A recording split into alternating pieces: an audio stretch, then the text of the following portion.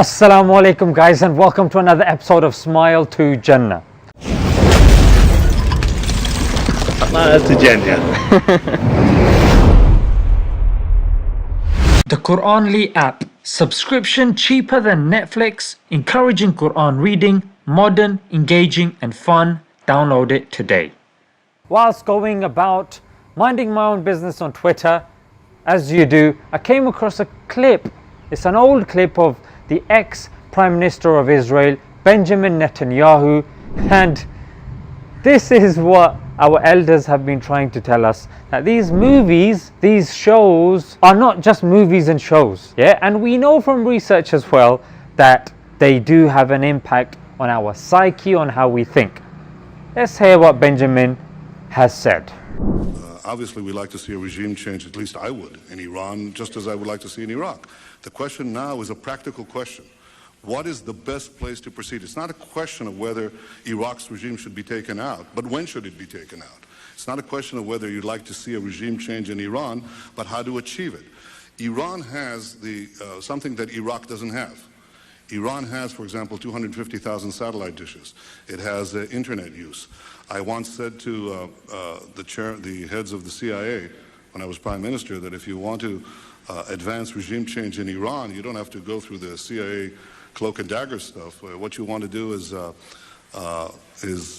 take very large, very strong transponders and just beam Melrose Place and Beverly Hills 2050 and all that into Tehran and into Iran, because that is subversive stuff. They watch it, the young kids watch it, the young people, they want to have the same nice clothes at the same houses and swimming pools and so on.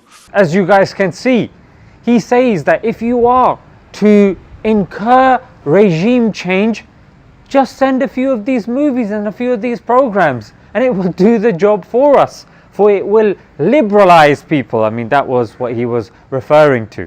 Yeah, Iran and Iraq, they're religiously motivated. Therefore, send a few of these programs. You'll get them, to change their minds and become more liberal and become more westernized, more desires and materialism and fashion and the likes. And fashion is, of course, dictated by the West. And like I alluded to, there is research also to suggest that, and this was done on churchgoers, that if they started frequenting movies and the likes, their attendance at church decreased. Now, when we look at the impact that these shows can have, they can influence regime change, they can change the government, they can change the mentality of a nation.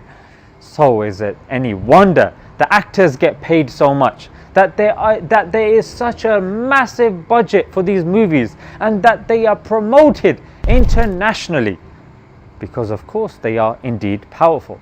And is it any wonder that the Indian government at the moment, the BJP, have a heavy influence on Bollywood? They're on the censor board and the likes.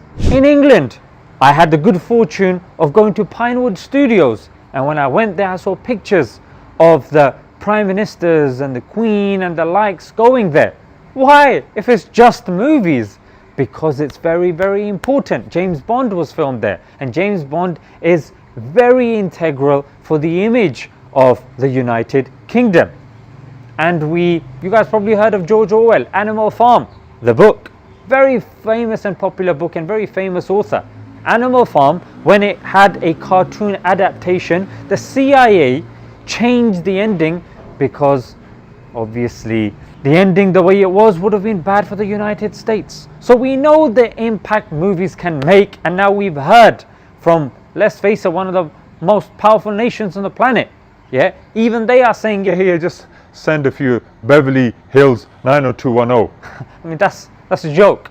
But there are other shows that have, amazing actors in it. Yeah, Daniel Day-Lewis, one of the most popular method actors, one of the greats of our time. They used him for Abraham Lincoln. Yeah, Abraham Lincoln. They also used Steven Spielberg for that as well.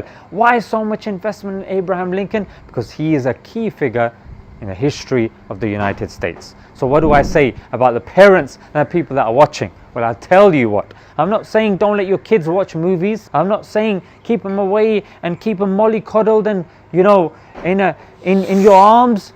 No, what I'm saying is when you watch this stuff, equip them so that they can see the propaganda and the manipulation that these movies offer. So when your kids are by themselves with their friends or whatnot, even yourself, you can see these tools at play and at use. For example, Captain America. Is he an accurate representation of America as we know today? When we know these people are obsessed with dropping bombs everywhere, mate. Yeah, I'm not just making up 2016 Guardian article. You know, a bomb was dropped by America on other nations every, I think it was 12 minutes or so. Yeah? And look at obesity in the United States. Look at the untraveled people in the United States. Why is that not reflected in Captain America? Captain America, six-pack, very kind, very polite, you know, holds the team together. So we should be able to see through these things. Let's leave it there, guys. Hope you guys have benefited. Until next time. Assalamu alaikum.